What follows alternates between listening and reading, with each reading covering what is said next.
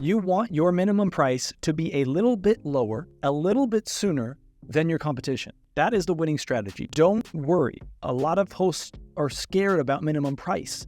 Booking at your minimum price is not a winning strategy. That's not a winning strategy I'm proposing. We only are using minimum price for the 3 L-type days: last minute, low demand, and low season days. My Airbnb has an occupancy of 94.5% over the past 12 months. Stick around until the end if you're uncertain about pricing strategies, where I'm going to recommend you 2 videos to watch next to help you get up to speed. In this video, I'm going to tell you how to adjust your minimum price over time based on what your market is telling you. My strategy is good for the entire globe. There's nothing specific I need to know about your market because all markets in this case function the same.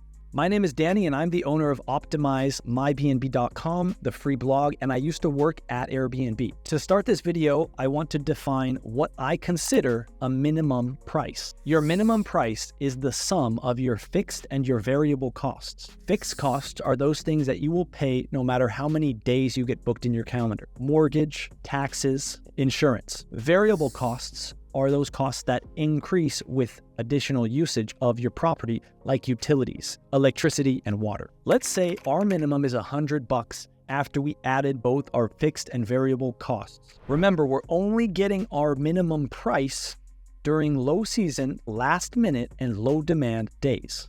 We're not optimizing to book your calendar at your minimum price.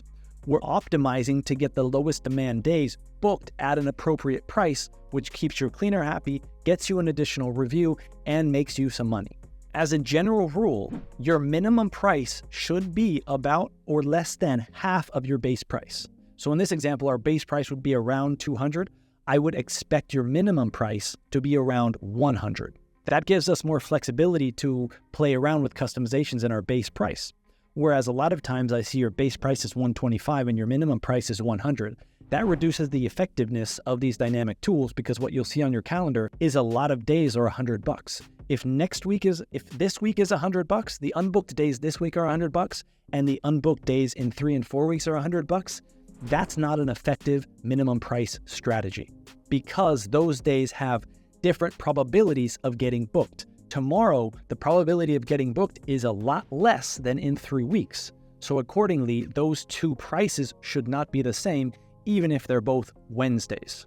Next up is, how do we adjust our minimum price, or how do we know our minimum price is accurate? If you've been watching my channel, you know that I don't consider pricing a set it and forget it tool.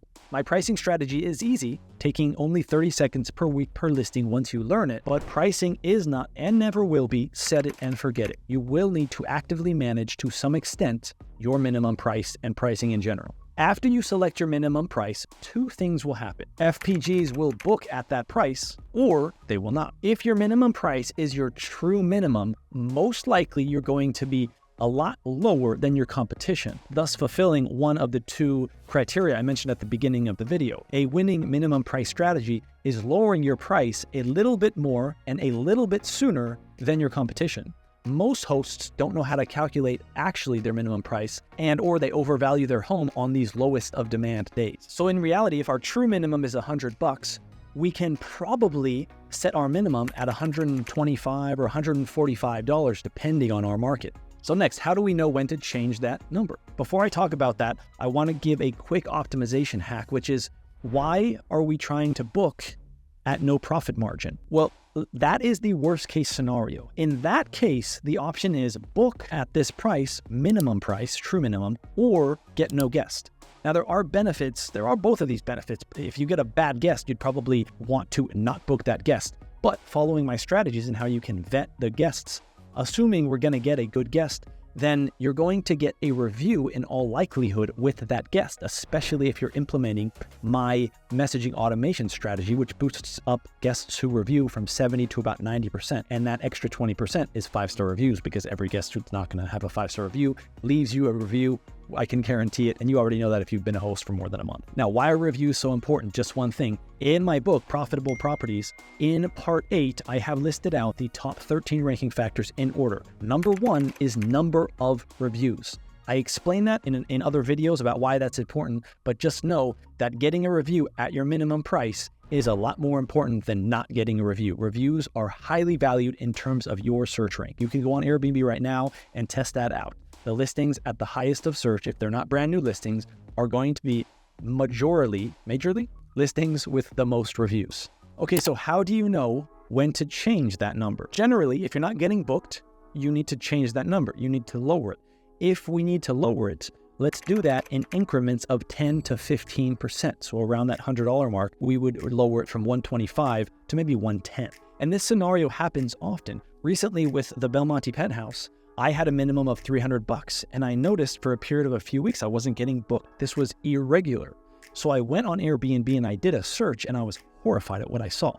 I saw listings, really high quality listings for $175, $200. And I realized that I needed to lower my minimum price. And I lowered it from $300 to $250. And I then started getting increments. And then I started getting bookings. That lowering percentage was about 15%. I want to end this video with a caution and then a conclusion.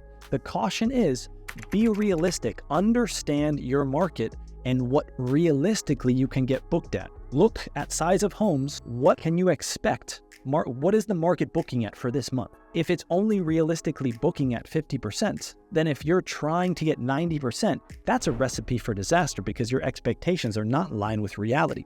And that's what happens with a lot of guests. They're in a market where the best hosts are getting in this month only 50% occupied. And this host that I'm talking to is 50% occupied, but they want to be 90%.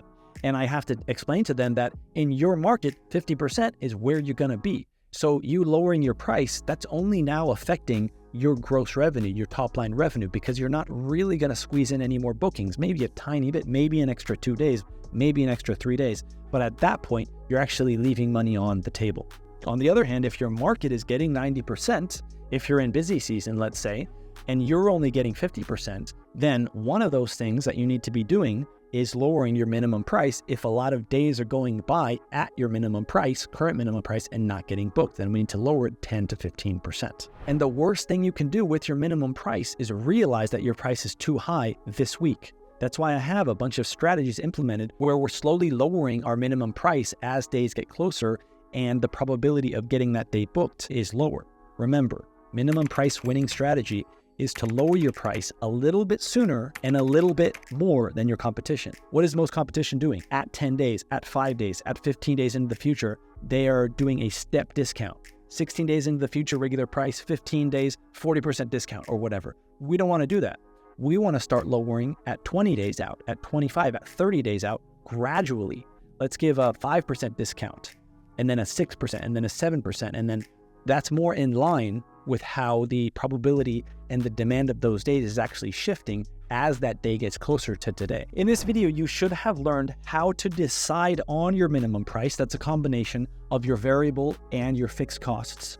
How to know if that minimum price is accurate and how to change it if it's not accurate, and understanding what the minimum price is. We are only concerned about getting the minimum price on the 3 L-type days: low demand, low season, and last minute. Till next time, happy hosting.